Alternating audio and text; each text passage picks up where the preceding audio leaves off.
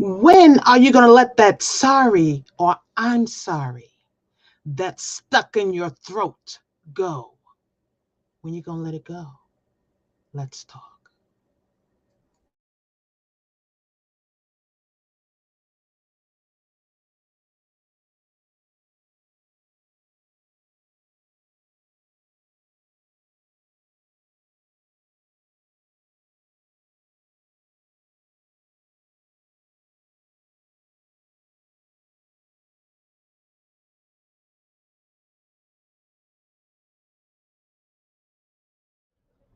I am your poetic haiku host, Kim B. Miller, the first African American poet laureate for Prince William County, Manassas, and Manassas Park, Virginia, award winning spoken word poet, facilitator, speaker, teaching artist, author. Let's get into today's subject.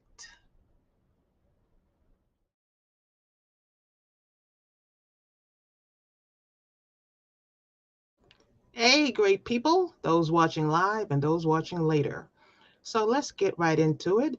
As you know, this podcast is, or if you don't know, this podcast is 17 minutes.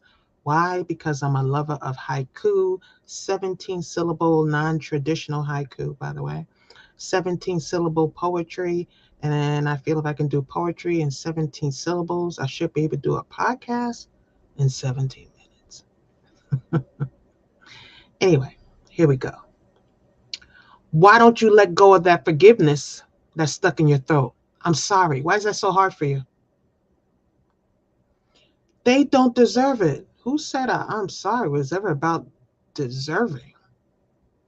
Sometimes we just deserve to let it go. And when it's stuck in your throat, you the one stuck too. Let me say it again. If I'm sorry is stuck in your throat, you're stuck too. Why? Because you're reliving whatever happened in your head. You're reliving it. You're reliving what happened. You're reliving what was said. You're going back and forth. And people say you're letting someone live in your head rent free. Nah, these people ain't living rent free. They costing you life. You costing you life by blaming them. So many times we look at deservedness. This is not about someone deserving the forgiveness. It's about you deserving peace. And when you're stuck in between giving someone I'm sorry, normally when I'm sorry is stuck in your throat is because you feel there's some forgiveness that is warranted. Just saying. Normally. If you feel that someone deserves I'm sorry, deliver your message. The problem is people trying to deliver it to dead people and don't feel satisfaction. I personally believe that they can hear you, but some people have a hard time not sitting with the person face to face to deliver their forgiveness, to deliver their I'm sorry, to deliver their message. So if you're waiting for the right time, there's no such thing. Haiku. There's no such thing as the right time, but there is a time you make right. It is what it is. It ain't what it ain't. And it will be what you say it will be. What you gonna say? Because some people living with so much baggage of what someone said or did. And I'm not saying erase what they did. I'm not saying give them a pass. I'm sorry was never meant for that. Sometimes I'm sorry is just for you. And some of you are so stubborn that even if you're wrong, you won't say it. Huh? How that work? You want people to forgive you. You want people to see that you could have made a mistake, that you were human, that you misspoke, or whatever phrase you want to do. But when it comes to somebody else, it's absolute. They can't make no mistakes. They can't be flawed. And I talk about people who have done extreme stuff. So don't come at me with that. This person did something extreme. It is not as simple. I'm sorry. I get that. I'm not talking about the exceptions because we all have exceptions. I'm talking about the rules. Because when we stay in exception land, but what about this? But what about this? But what about this? Then we miss the ones we should be saying I'm sorry for, the ones we messed up on, the ones we don't accept ownership on. What about those? Everything can't be somebody else's fault. If everything in your life is somebody else's fault, your mirror is broken. Your mirror is flawed. Everything in your life cannot be somebody else's fault. They may have started it. They may have given you bad information. They may have done a lot of things. But everything in your life, not everything, can't be somebody else's fault. Where is ownership? Where is discernment and to see, I did this, I need to correct it? And just as quickly as we are to give praise, sometimes we have to be quickly to say, I'm sorry when we're wrong.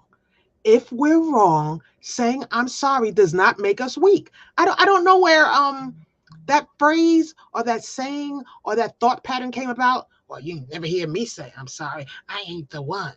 That ain't nothing to brag about. How is that a flex? Please tell me.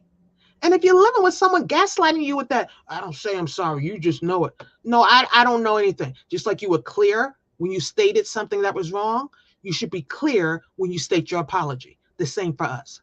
Are you clear? Are you as clear in your apologies as you were when your wrongness? Some people say, what's the saying? Let the energy you use to make the mistake should be the same energy you use to make the apology. That's basically the point. So if you went 10 toes deep in, and y'all know what I'm talking about. What do you mean 10 toes deep? You know how some of y'all get yelling, screaming, the whole show, the whole, neck rolling. For some of us, it's just the sternness. It's the silent treatment. And silence is a treatment that's not needed when someone's trying to be whole. Let me say it again. Silence is not a treatment that is needed when someone's trying to be whole. Communication is the key to solving problems. You using silence as a weapon is hurtful. So you say, but I didn't say anything. I just chose to use silence as a weapon. If you use silence to take a moment, that's different. But a lot of us are using silence as a weapon, and we need to be called out on it. If you need a break because you want to get your thoughts together, that's fine. But are you silencing your thoughts to make them weaponry against the other person? Now, these are questions to ask yourself. Real questions. Are you doing that? Because you may have convinced yourself, oh, no, that's not me. That's not. Yeah, it could be you. It could be you. And someone may have been trying to tell you that, but you don't want to hear it because there's no talking to you. Once you get your mind made up, there's no talking to you. And you think, I'm set in my ways or I'm strong in my conviction. You may be strong in your wrongness. And people have been trying to convey that to you, but there's going to be no open discussion because when your mind is closed, so is your discussion. So is your communication skills. So is your ability to learn. So is your ability to say, I'm sorry. But had it be the reverse, you want all that freedom given on you. There's somebody right now who you owe a simple I'm sorry to. Grant yourself the gift and grant them the gift too. Again, I'm not talking about every wrong that happened. Please hear me clearly. But there's someone you owe a sorry to. Pick up the phone. Text them. Do something. Make your wrongs right. Just like you want people to make wrongs they've done to you right. A lot of us are hypocritical. Want all this heaped, all this goodness, all this influence heaped upon us, but we don't reap any of it because we don't sow any of it. Forgiveness is a gift for you too. You've been wrong for you too. Have you forgiven yourself? You can only forgive yourself if you're willing to, but you got to make sure you're not making the same patterns. Some of us make the same patterns and then blame the people we make the patterns with. Who's the common denominator here? You. You the common denominator. Why you keep blaming these people for stuff you keep doing? Mm-hmm.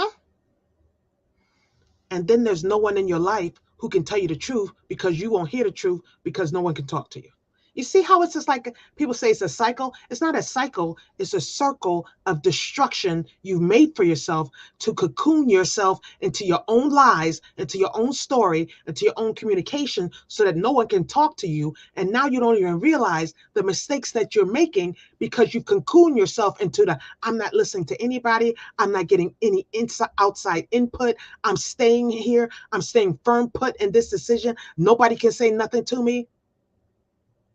How do you get information on how to get better? How do you get information on things you're doing wrong? Self-examination is crucial. I agree with that. But if someone who you trust, someone who's in your life, who's your confidant, someone who's your friend, your mentor, your whatever, can't come and talk to you and give you information, insight, opinion, fact,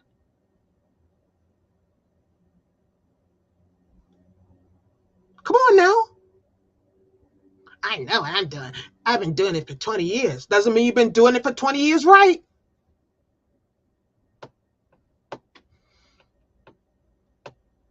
I've been doing this for, I went to school for it. Doesn't mean you know it. Every person here can get better if they're open to getting better.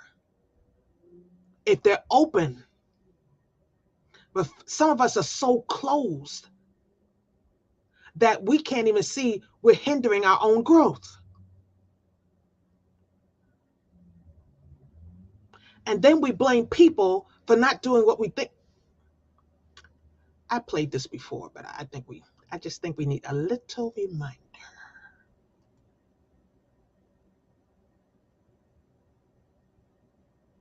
Stop cutting people off because they didn't check on you when they were hurting. I'll do it again. I know that was quick.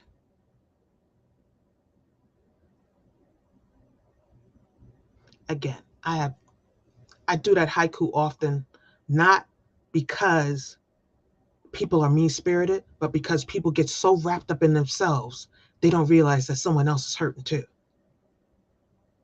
I haven't spoken to so and so in 4 months. You haven't called so and so in 4 months. I'm sorry. Y'all ain't the Fonz. Yeah, I'm showing some age there. But that was his thing. He couldn't say I'm sorry. I'm sorry is healing, not just for them. It's healing for you. Because when you get that I'm sorry out, a genuine one, you tend to, if you worked on yourself, you can let it go. That's the purpose. Acknowledgement. Acknowledgement that you were wrong. Acknowledging that you were wrong does not make you weak. If I could just make 55,000 billboards of that. Acknowledging that you were wrong does not make you weak. In fact, it makes you stellar. It makes you strong. It makes you empowered because that could be a trigger for you. A trigger trauma response that I ain't never gonna be wrong. I ain't let nobody see no weakness in me. Nobody gonna have nothing to say. That's that's not that's not a flex. That's a problem. That's a trigger for you. A trigger is something you need to work on, not dodge. Are you working on your triggers or are you just ignoring them, pretending like they don't exist? I don't have a problem with it. They got the problem.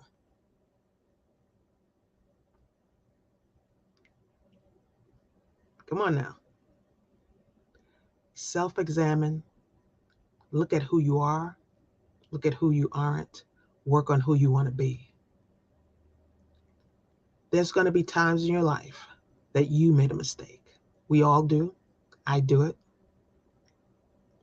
And sometimes you feel like if you say, I'm sorry, that you're admitting that what they didn't hurt you, or whatever way you want to phrase it.